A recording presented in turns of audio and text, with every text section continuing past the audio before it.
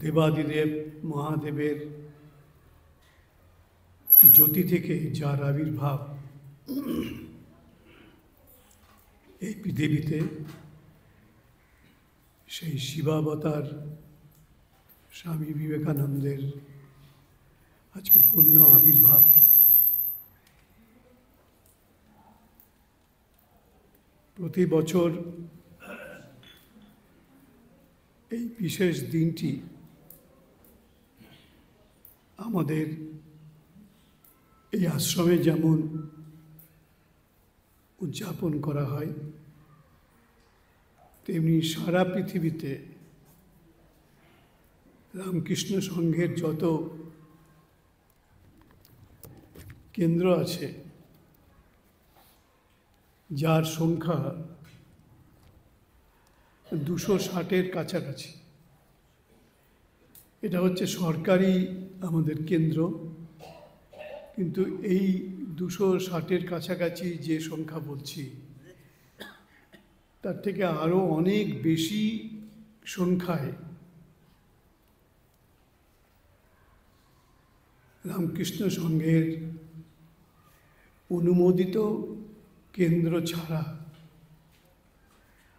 আরও অনেক প্রতিষ্ঠান আছে দেশে এবং দেশের বাইরে, যেখানে আজকে স্বামী বিবেকানন্দের আবির্ভাব তিথি উদযাপিত হচ্ছে। আমাদের ব্রিটিশ শাসনে বলা হতো ব্রিটিশ সাম্রাজ্যের সূর্যাস্ত হয় না। তার তাৎপর্য হচ্ছে যে যদি এখানে সূর্যাস্ত হয়, এই বাংলাদেশে বা ভারতে, তাহলে ভারত এবং বাংলাদেশের বাইরে অনেক দেশ আছে পৃথিবীর, যেখানে তখন সূর্যোদয়ের অপেক্ষা করছে, নতুন দিন একটা আসবে তার অপেক্ষা করছে। সেজন্যে সূর্যাস্ত আর হবে না। স্বামীজির জন্মতিথিতেও আমরা বলতে পারি একইভাবে যে স্বামী বিবেকানন্দের এই জন্মদিনের সূর্যাস্ত হবে না।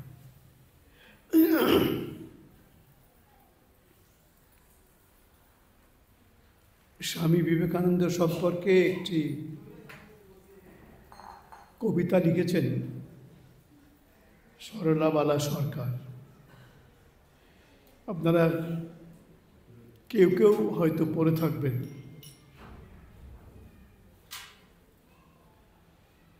এই পৌষ কৃষ্ণা সপ্তমী তিথিতে স্বামী বিবেকানন্দের আবির্ভাব হয়েছিল।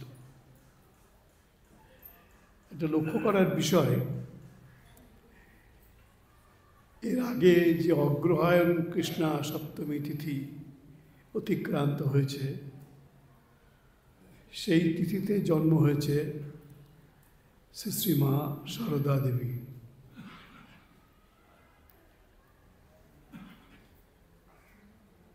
আবার কদিন পরেই আবির্ভাব তিথি আসছে শ্রীরামকৃষ্ণের মানসপুত্র, রামকৃষ্ণ সংঘের প্রথম অধ্যক্ষ স্বামী ব্রহ্মানন্দ মহারাজের। সেই তিথিটা হচ্ছে শুক্লা দ্বিতীয়া।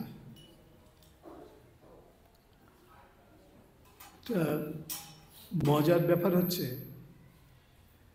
মায়ের জন্মতিথি কৃষ্ণা সপ্তমী, স্বামীজির জন্মতিথি কৃষ্ণা সপ্তমী, আজকের তিথিটি কৃষ্ণা সপ্তমী। স্বামী ব্রহ্মানন্দের জন্মতিথি কদিন পরে আসছে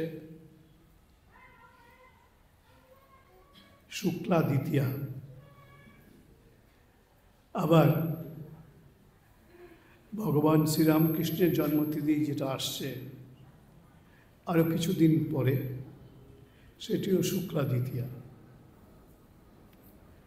অর্থাৎ শ্রীরামকৃষ্ণ এবং স্বামী ব্রহ্মানন্দ, যাকে শ্রীরামকৃষ্ণ বলতেন আমার মানস পুত্র, তাদের জন্মতিথি একই, শুক্লা দ্বিতীয়া। শ্রীরামকৃষ্ণেরও শুক্লা দ্বিতীয়া, স্বামী ব্রহ্মানন্দেরও শুক্লা দ্বিতীয়া, পিতা আর পুত্র। আর মার বড় ছেলে মানে স্বামী বিবেকানন্দ, তাদের জন্মতিথি একই, কৃষ্ণা সপ্তমী। এও হিসেব করে পরিকল্পনা করে করেনি। শ্রী শ্রী মা বলতেন, ঠাকুর কোনো কিছুই মতলব করে করেনি, তো প্ল্যান করে, হিসেব করে, আমাদের ভাষায় ক্যালকুলেশন করে শ্রীরামকৃষ্ণ কখনো কিছু করেন। যা করেছেন সবটাই হচ্ছে মায়ের ইচ্ছে, মানে মা জগৎজননীর ইচ্ছেই তার সব কিছু অনুষ্ঠিত হয়েছে। তাই আমার ভাবতে ভালো লাগে যে বাবা আর পুত্র, মানসপুত্র স্বামী ব্রহ্মানন্দ, জন্মতিথি একই তিথি। আবার মা আর তাদের জ্যেষ্ঠ পুত্র স্বামী বিবেকানন্দ, তাদের জন্মতিথি একই তিথি, কৃষ্ণা সপ্তমী। এগুলোর সঙ্গে কি যোগাযোগ আছে, যোগসূত্র আছে, সেটি তো আমি জানি না, বা আমার বলা সম্ভব নয় আমার পক্ষে, কিন্তু একটা যোগসূত্র থেকে যাচ্ছে আমরা বুঝতে পারছি।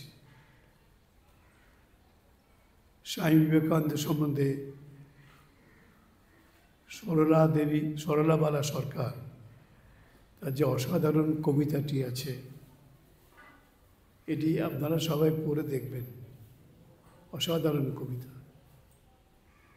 সেই কবিতার মধ্যে একটা ছত্রে বলছেন কবি, তুমি যে চঞ্চল বড়, বজ্র লয়ে খেলা করো। স্বামীজিকে বলছেন, তুমি যে চঞ্চল বড়, বজ্র লয়ে খেলা করো। তার খেলনাটা হচ্ছে বজ্র, এবং তারই হাতের বজ্র আপনারা হয়তো অনেকেই জেনে থাকবেন বা শুনে থাকবেন। স্বামীজির হাতের বজ্র হচ্ছেন ভগিনী নিবেদিতা। স্বামীজির পূর্ণ আবির্ভাব তিথিতে তার মানস কন্যা ভগিনী নিবেদিতাকেও আমরা অত্যন্ত শ্রদ্ধার সঙ্গে স্মরণ করছি। শ্রীরামকৃষ্ণের প্রধান শিষ্য সংশয়াতীতভাবে স্বামী বিবেকানন্দ। স্বামী বিবেকানন্দের প্রধান শিষ্য কে, এটা বলা কঠিন। আমার মনে হয়, আমার নিজস্ব ক্ষুদ্র ধারণায়, স্বামী বিবেকানন্দের প্রধান শিষ্য হচ্ছেন ভগিনী নিবেদিতা। এরকম জীবন দিয়ে গুরুকে কখনো কেউ ভালোবেসেছেন কিনা জানি না, এবং গুরুর প্রতি এরকম 100% আনুগত্য আর কখনো কারোর থেকেছে কিনা এটাও আমি জানি না। ভগিনী নিবেদিতা, তার সারা জীবনের একটা প্রশ্ন ছিল,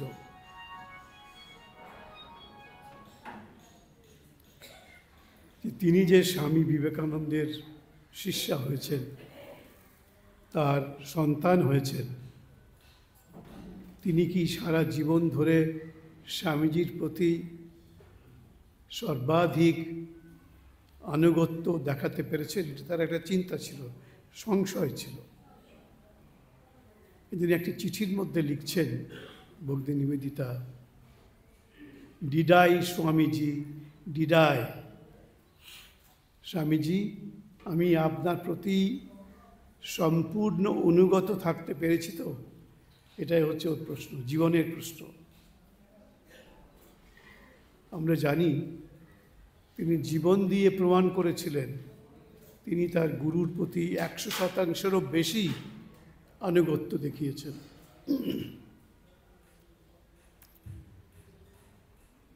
শ্রীরামকৃষ্ণের বজ্র হচ্ছেন স্বামী বিবেকানন্দ।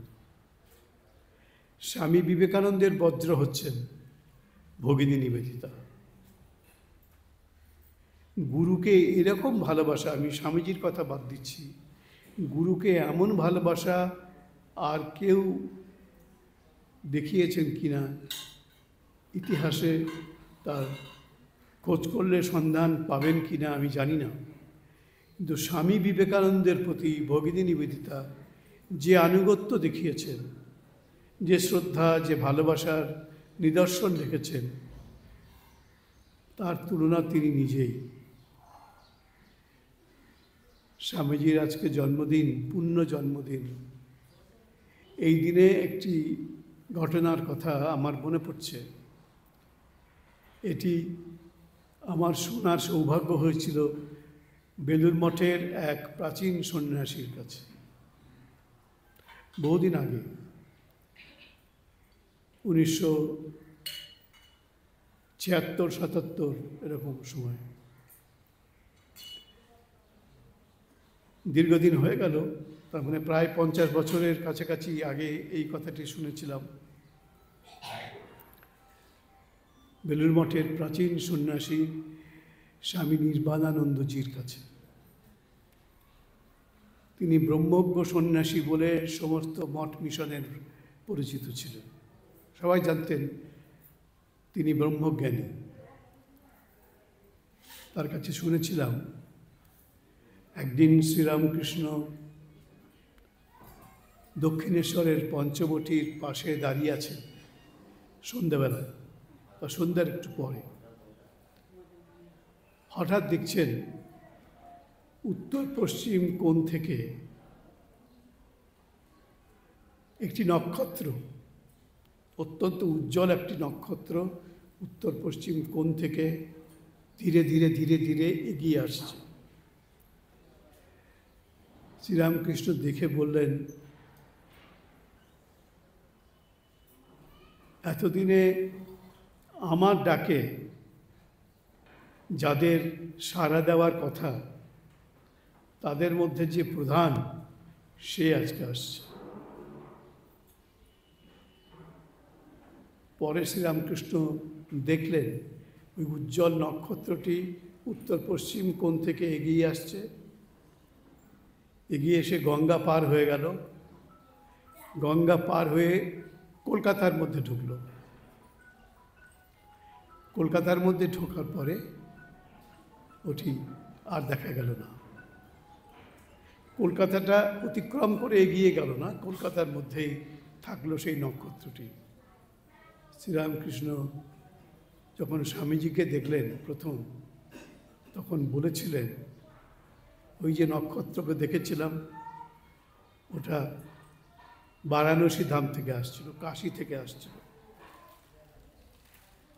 ওটা হচ্ছে শিবজ্যোতি, শিবাংশে ওই নক্ষত্র উদিত হয়েছে এবং ওটি এসে কলকাতায় মা ভুবনেশ্বরী দেবীর গর্ভে প্রবেশ করেছিল।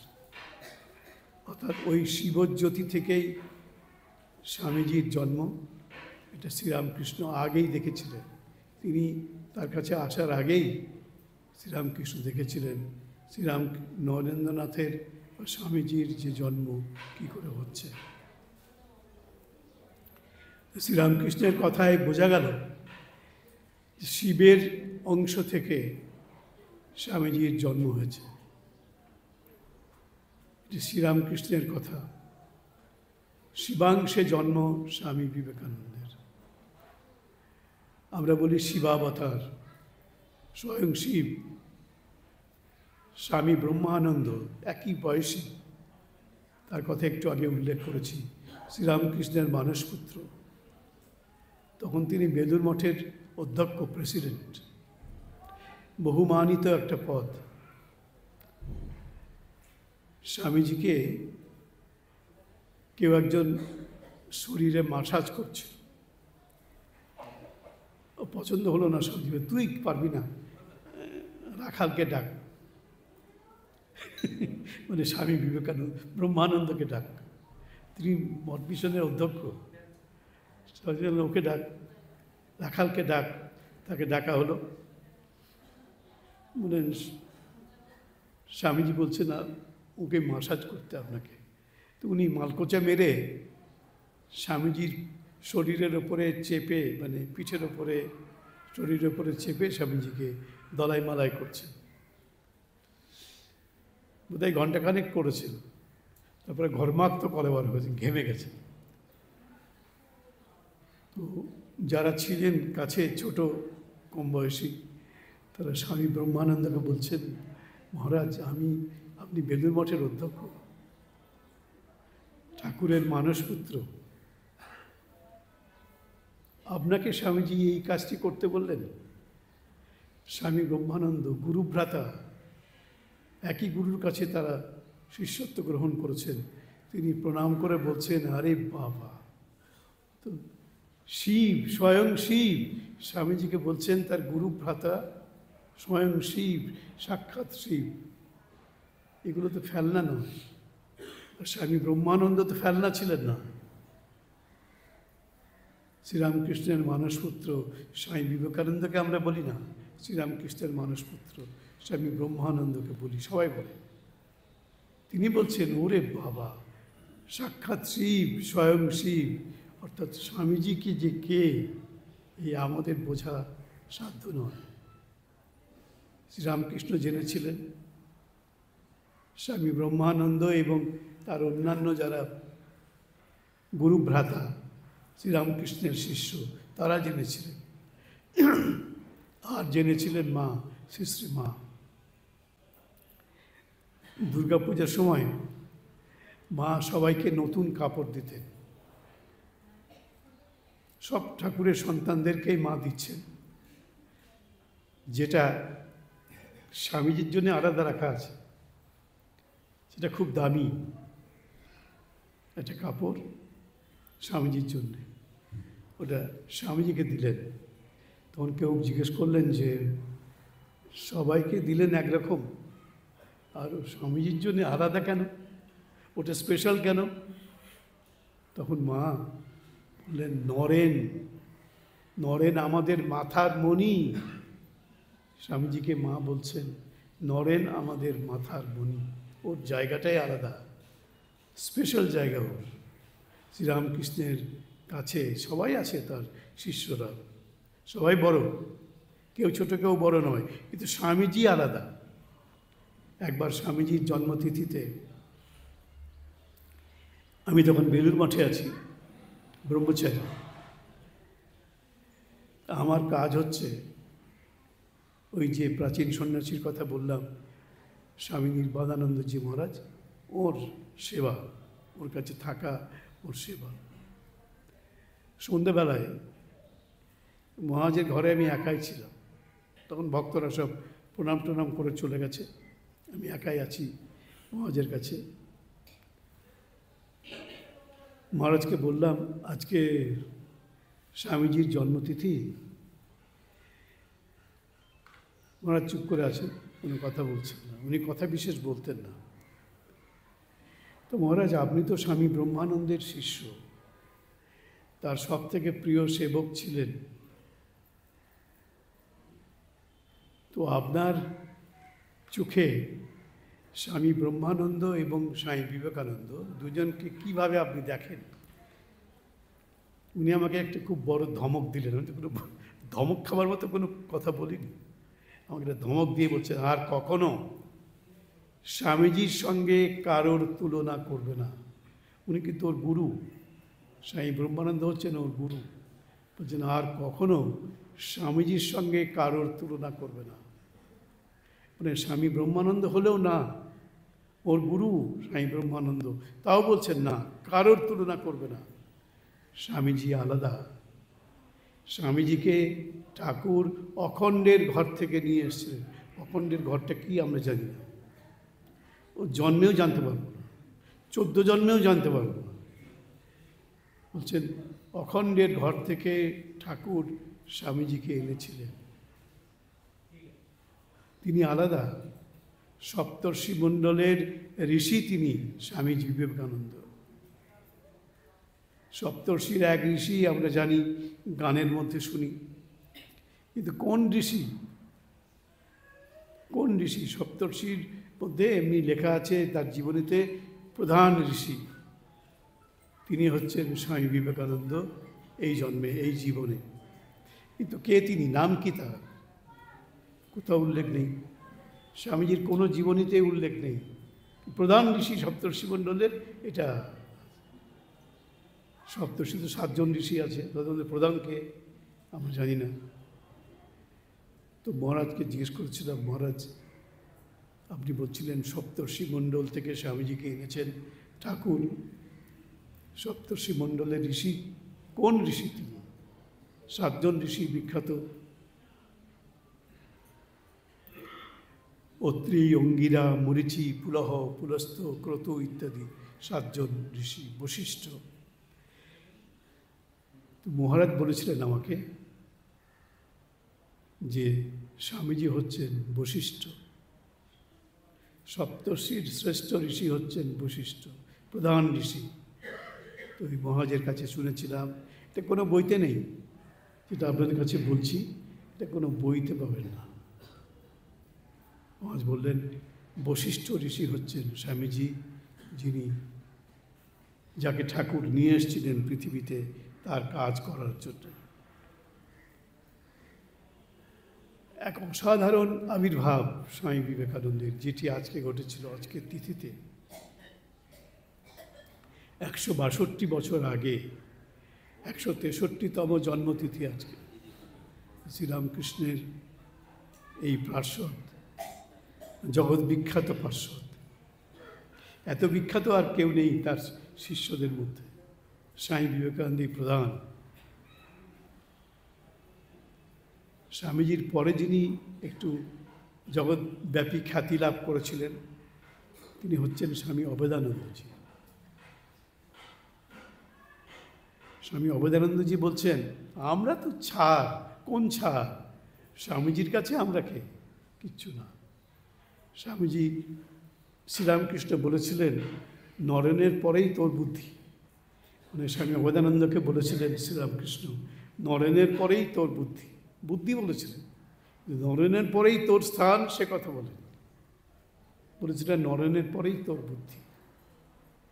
তো সেই স্বামী অভেদানন্দ মহারাজ বলছেন স্বামীজির সঙ্গে কারোর তুলনা হবে না, উনি আলাদা, স্বামীজি আলাদা। তার গুরু ভ্রাতারাও এরকম শ্রদ্ধার দৃষ্টিতে, ভক্তির দৃষ্টিতে, ভালোবাসার দৃষ্টিতে স্বামীজিকে দেখছেন। এটা একটা ভাবার মতো, চিন্তা করার মতো এগুলো।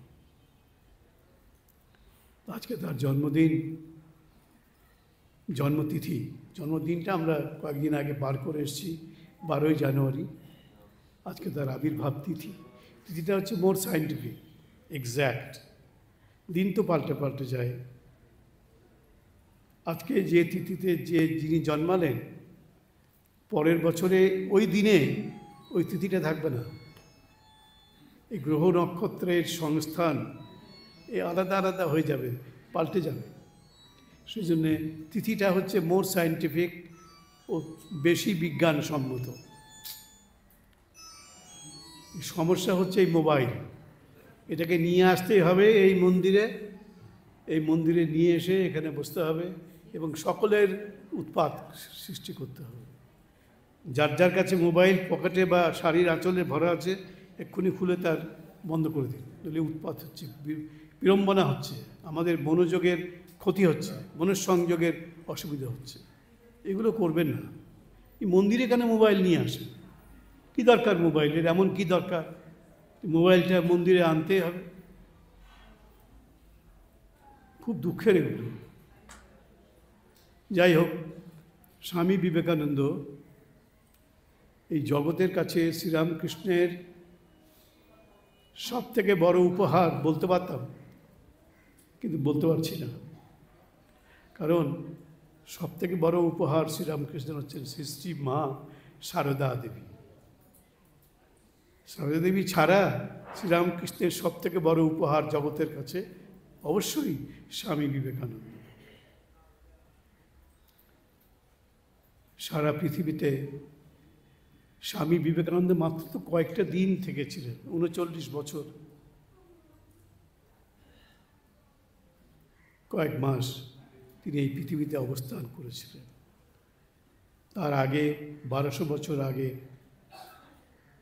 আচার্য শঙ্করের মতো একজন অসাধারণ প্রজ্ঞাবান মনস্বী আচার্য, তিনি 32 বছর বয়সে এই জগৎ ছেড়ে চলে গেছিলেন। ওই তিনের ঘরে, স্বামীজিও তিনের ঘরে 39 বছর বয়সে পৃথিবী ছেড়ে চলে গেছেন। কিন্তু এই 39 বছর বয়সে ওদিকে আচার্য শঙ্কর তার মাত্র 32 বছর বয়সে জগৎকে যা দিয়ে গেছেন, যে ভাণ্ডার উন্মোচন করে দিয়েছেন, যে রত্ন ভাণ্ডার দিয়ে গেছেন পৃথিবীকে, সে তো কারোর পক্ষেই তার মর্যাদা, তার মান নিরূপণ করা সম্ভব নয়। স্বামী বিবেকানন্দ একটি অসাধারণ আবির্ভাব এই পৃথিবীতে।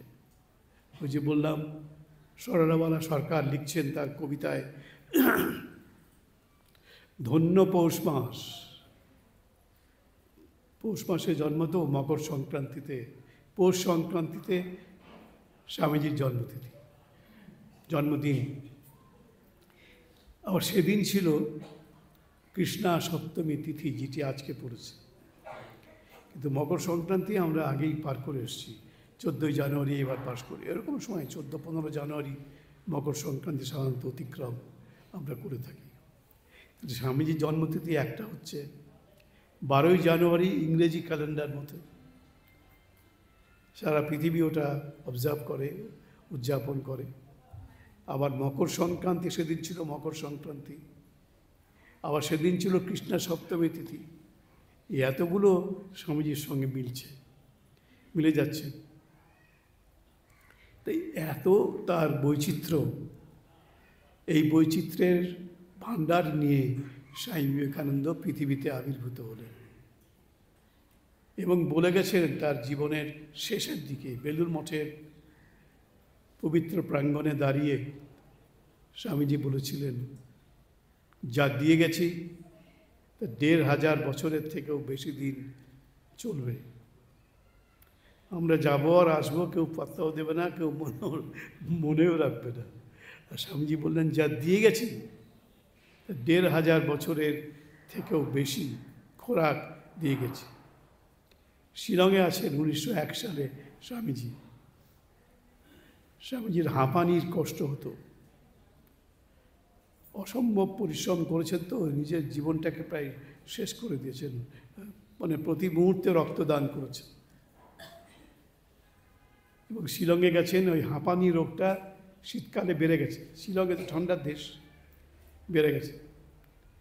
একদিন রাত্রে খুব কষ্ট পাচ্ছেন ওই হাঁপানিতে। হাঁপানির যারা রোগী আছেন এখানে, তারা বুঝবেন হাঁপানিতে কি কষ্ট হয়। আমি একজন হাঁপানিতে ভোগা একজনকে দেখেছিলাম, রাত্রেবেলায় ভীষণ কষ্ট হয়, মানে যখন এই মুহূর্তে বোধহয় প্রাণটা বেরিয়ে যাচ্ছে এরকম মনে হচ্ছে, এত কষ্ট হয় যাদের হাঁপানির রোগ থাকে।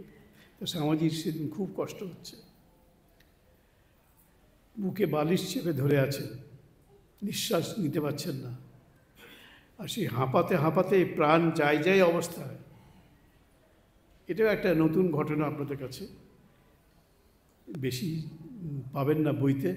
স্বামীজি হাঁপাতে বুকে বালিশ নিয়ে ওই শিলংয়ে 1901 সালে বলছেন, আরে যাক না এই শরীরটা, যা দিয়ে গেলাম তা 1500 বছরের বেশি মানুষকে তাদের খোরাক দেবে।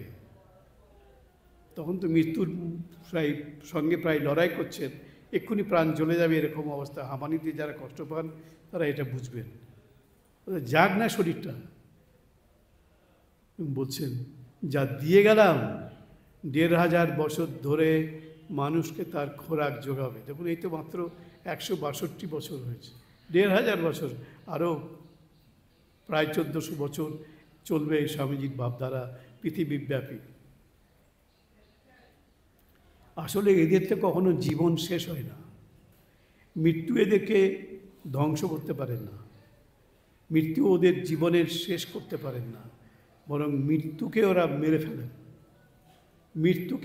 ফেলেন। একজন বলছেন, মৃত্যুকেই স্বামী বিবেকানন্দ মেরে দিয়েছে।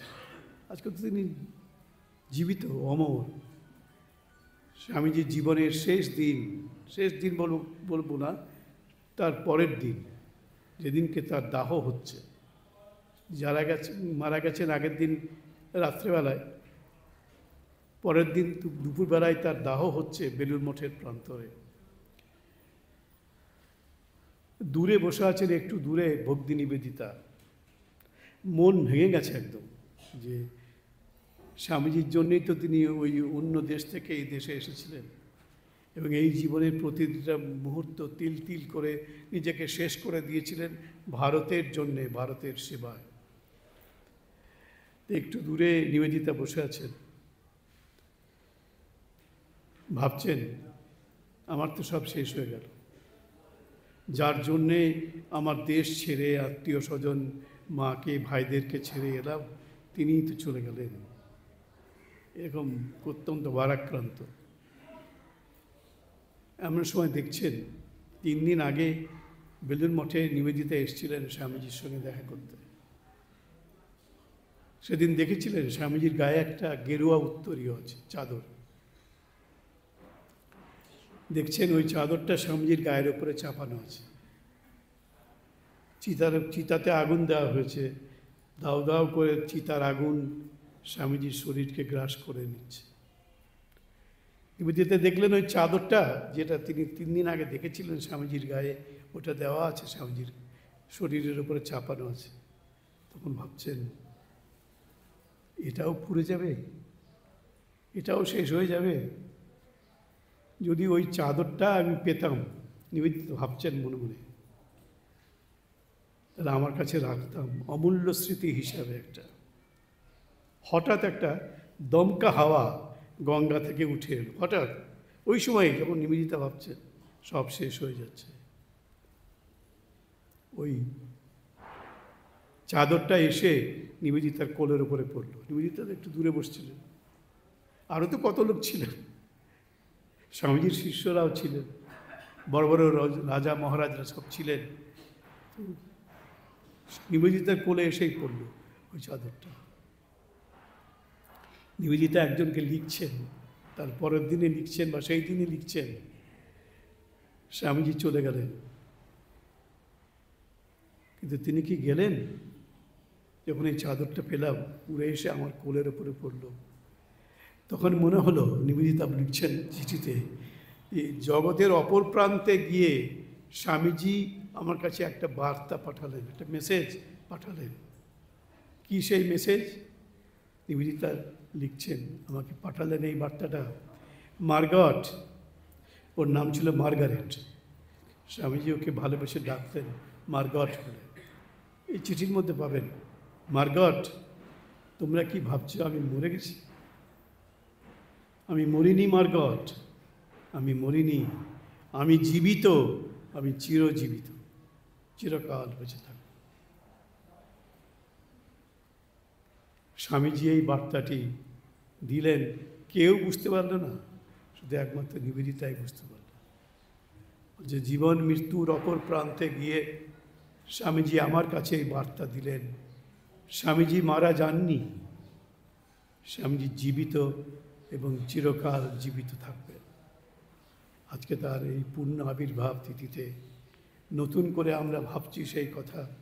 বিবেকানন্দের বার্তা, বিবেকানন্দ অমর, চিরকাল অমর হয়েই থাকবেন জগতের কাছে। সবাইকে ধন্যবাদ এবং নমস্কার।